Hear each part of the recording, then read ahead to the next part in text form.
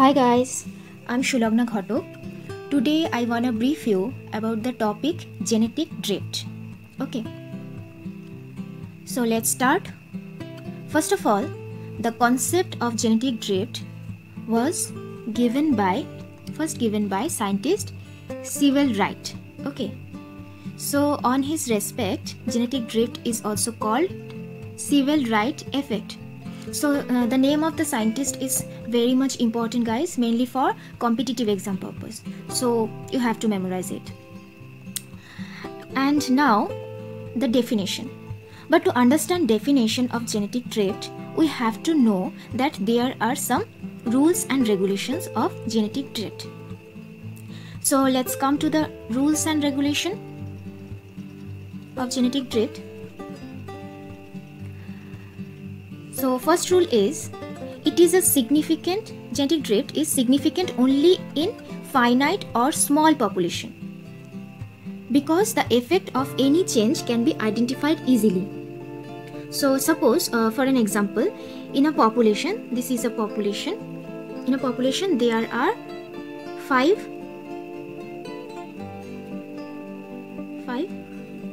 green birds, okay, and 3 or 4 red birds, okay. But after a huge natural disaster or a couple of generations, if we see that there are no any green birds are present but only 4 red birds, so we can easily identify the effect of change, right, which occurred. But which is why? Only because that was a finite or small population. That's why. Otherwise, in a large population, a small change cannot be properly noticeable or affected, I can say, right? So, the second rule is, genetic drift is a random as well as directionless change, because random sampling can cause an existing allele to lost which is not replaced. So the key element is every individual which can survive and reproduce as randomly, okay, as randomly, can create a new generation or colony, I can say. But this is totally unrelated to phenotypic and genotypic specification. Okay, no, this is not a specified or pre-directional or predetermined procedure. This is not a pre-directional or predetermined procedure. This is very important. But this is accurately a random process. Okay. And the third rule is, it is the major driving force of allele frequency. That means genetic drift mainly focuses on the frequencies of allele or allele frequencies. Clear? So, now you can properly understand the definition of genetic drift. So the definition is, it is a random sampling process as well as directionless and frequent or sudden change occur in allele frequencies of a small population, not a large population but a finite population. Clear? Okay. Now there is one main consequence of genetic drift. Okay. Genetic drift causes fixation of allele. Okay, fixation of allele. That means when an allele reaches to the frequency of 1, then it is said fixed. And when an allele reaches to the frequency of 0, then it is called lost. But once the allele becomes fixed, then genetic drift comes to a halt position. Okay, halt. Then it can't change until a new allele is introduced via mutation or gene flow. There are mainly 2 types of genetic drifts. One bottleneck effect and one founder effect. Okay, so let's see what is bottleneck effect. First of all, to understand bottleneck effect, we should go through a hypothetical example, such as in this picture. in this picture I can say, if inside the bottle there are two colors of balls, suppose pink and green, but in case of glass there is only one color of ball, that means only green. So if the bottle is tilted or poured over the glass, poured over the glass, then the balls which are present only near the neck of the bottle fall into the glass. But from our common sense we can say that, or we know that near the neck there should be only small number of balls. So a small number of balls become downfall into the glass and other balls become stuck into the bottle. But we can clearly see that in case of glass, there one variety of ball, that means pink ball, is totally missing or lost, isn't it? So here from this example we can compare the surviving population which is present in the current situation with the balls of the glass, balls of the glass, and the original population with the balls of the bottle. Here actually bottle is representing the environment which possesses the original population. Here the two varieties of balls are representing the variation in two types of alleles and genotype in the organisms which are present in the original population. Clear? So after the bottleneck effect, I can conclude that variation become lesser in surviving population than in original population, isn't it? Because in this picture you can see that pink ball is totally missing, that means variation is lost. And in future we even can't say that once upon a time there was an allele of pink color. Hence the surviving population is not even representing the exact genetic makeup of original population. So what should be the reason behind bottleneck effect? The main factor behind this effect is death. Death is the main factor,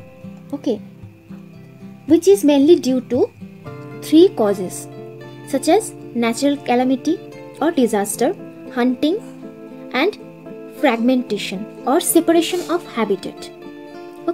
Clear? So nextly, now from the case study we should go through one example of bottleneck effect. So this is northern elephant seal found only in northern zone. So in early 1819 there were a huge amount of northern seal, but in the end of 19th century there are only 20 seals are left. Suppose there was 20k seals and now on 19th century there was only 20 seals are left, only because of hunting due to the demand of seafood, that's why. So now only 20 alleles of 20 seals which are present in the which population? Surviving population can generate their next generation or their offspring. So as a result, what happened? The variation become lesser than the original 18th century's population.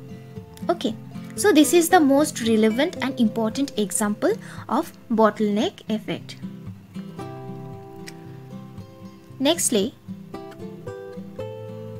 the founder effect. This is the second type of genetic drift, founder effect. So in previously we have seen that in bottleneck effect the surviving population is produced through death or lost in variation.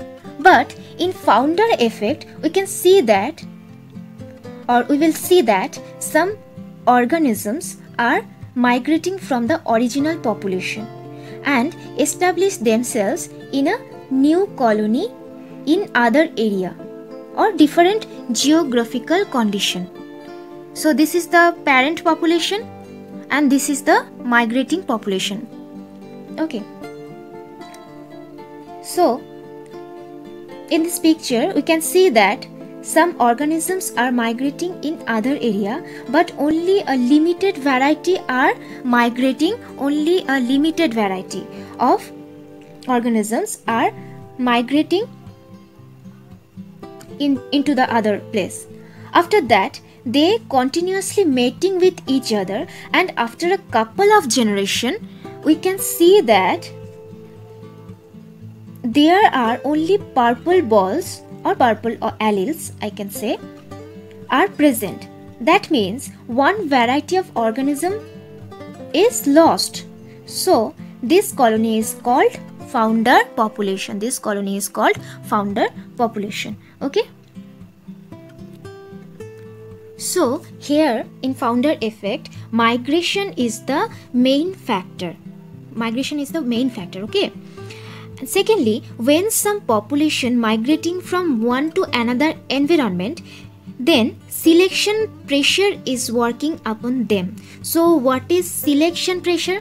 Selection pressure is when some organism come into a new place, then nature create a pressure to change in themselves according to the nature, which is called, we know, natural selection. And by natural selection, some species are eliminated from the nature. That means which genes has the lesser chance or efficiency to express themselves, those are eliminated by the nature, and this is a selection pressure. So now, what are the results of founder effect? As bottleneck effect, founder population will also never reveal the genetic makeup of original population. That is, we can't say that in the earliest time there are 1, 2 or more alleles are present, because now those species are not present. We can't see those species. So how can I say? And secondly, the variations become less in founder effect. And also migration is the main reason of founder effect. That's why we can see the fluctuation in genes. So now, what should be the similarities and differences between bottleneck effect and founder effect? So previously we have seen that in case of result, there are similarities between two effects, but in case of reason there are differences. But similarities should be more because both are the same type of genetic drift, isn't it? Okay, so nextly, now let's see the explanation of founder effect using a hypothetical example. Okay, here we can see that capital A is the dominant allele and small a is the recessive allele, which can be lethal allele.